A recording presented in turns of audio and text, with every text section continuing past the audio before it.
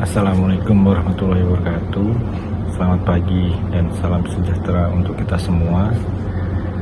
Hadirin yang saya hormati, pernah nggak kita sadar setiap kali menyalakan motor atau mobil, sebenarnya kita ikut menambah beban buat bumi.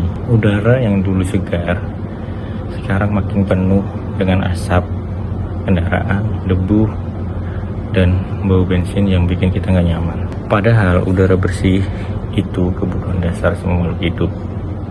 Nah, hari ini saya ingin mengajak teman-teman semua untuk mengobrol tentang tema mengurangi polusi kendaraan bermotor, langkah kecil untuk udara yang bersih. Hadirin sekalian, di zaman yang serba cepat ini, kendaraan memang sangat membantu, mau ke sekolah, kerja, atau belanja, semua jadi lebih mudah. Tapi di balik kenyamanan itu ada masalah besar yang sering kita lupakan. Menurut data Kementerian Lingkungan Hidup dan Kelautan, tahun 2023 sekitar 44% polusi udara di kota-kota Indonesia berasal dari kendaraan bermotor. Jadi, separuh polusi di udara yang kita hirup itu dari kendaraan yang setiap hari kita gunakan. Asap dari kendaraan itu nggak main-main. Di dalamnya ada karbon monoksida, nitrogen oksida, dan partikel kecil yang bisa masuk jauh ke paru-paru kita. WHO mencatat polusi udara menyebabkan lebih dari 7 juta kematian dini setiap tahun di seluruh dunia. Ini bukan angka yang sembarangan. Ini nyawa manusia. Selain bikin sakit, polusi kendaraan juga mempercepat perubahan iklim. Suhu bumi naik, es kutub mencair, cuaca makin gak bisa ditebak. Kalau kita tetap begini, generasi setelah kita harus hidup di dunia yang lebih panas, lebih kotor, dan lebih penuh resiko. Tapi tenang, perubahan besar itu bisa kita mulai dari langkah-langkah kecil. Kita bisa ikut berkontribusi dengan cara yang sederhana.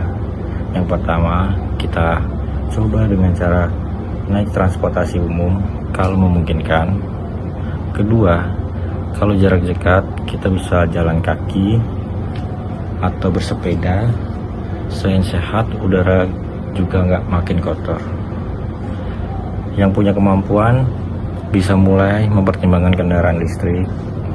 Pemerintah bahkan menargetkan 2 juta kendaraan listrik beroperasi di tahun 2030.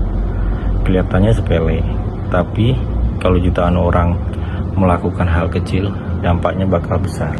Sebelum saya akhiri pidato ini, izinkan saya menyampaikan sedikit recap dari apa yang kita sudah bahas hari ini. Hari ini kita belajar bahwa satu, kendaraan bermotor menjadi penyumbang utama polusi udara di kota-kota besar. Kedua, dampak bukan hanya pada lingkungan, tetapi juga langsung pada kesehatan. Ketiga, langkah-langkah kecil seperti naik transportasi umum, berjalan kaki, bersepeda, atau beralih ke kendaraan listrik bisa memberi dampak yang besar jika kita lakukan bersama-sama. Kalau bukan kita, siapa lagi yang menjaga udara?